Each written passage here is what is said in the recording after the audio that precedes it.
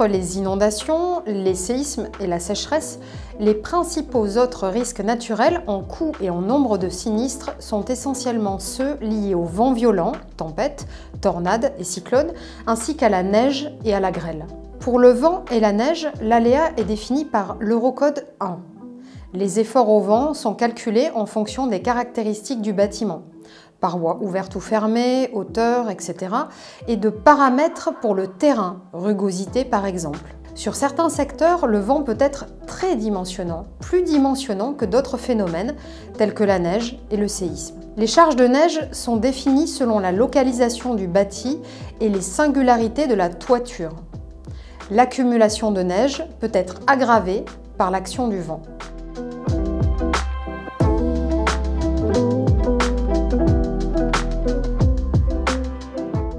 La prise en compte des tornades n'est pas imposée par les Eurocodes. Une cartographie privée, Kéronos, capitalise les événements depuis plus de 10 ans. Si le bâtiment est dans une région à risque, un dimensionnement spécifique peut être demandé au bureau d'études structures en cas de bâtiment sensible, un hôpital par exemple. Il est de la responsabilité de chaque maître d'ouvrage d'être vigilant et de se renseigner. En métropole et en Corse, parmi les risques liés au vent violent et à la neige, seul le risque d'avalanche, qui concerne quelques communes, fait l'objet d'un plan de prévention des risques naturels, consultable en mairie et sur le portail des services de l'État.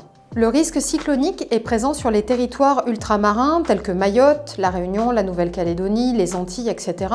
Il s'accompagne sur les côtes d'un risque de submersion marine. Avec le changement climatique, on note pour autant des phénomènes de mini-tornades et de médicane, grosses tempêtes méditerranéennes, plus fréquents en hexagone. Les risques naturels, cycloniques ou submersion marine, sont détaillés sur le site GeoRisque qui précise pour une adresse l'ensemble des risques naturels et le niveau de risque. Il est possible aussi de consulter les PPRN. Ces plans proposent également une cartographie des risques et des dispositions réglementaires le cas échéant.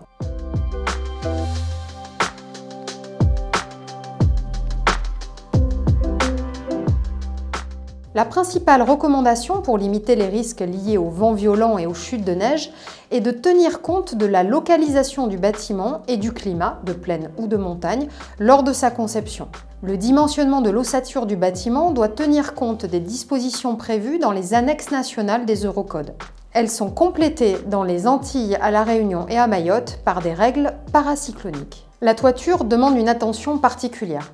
D'une part, pour résister au vent, il est nécessaire de prévoir un renforcement des fixations des supports de toiture à l'ossature principale.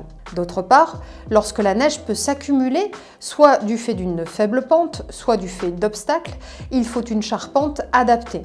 Un renfort de structure peut être ainsi nécessaire dans les zones d'accumulation.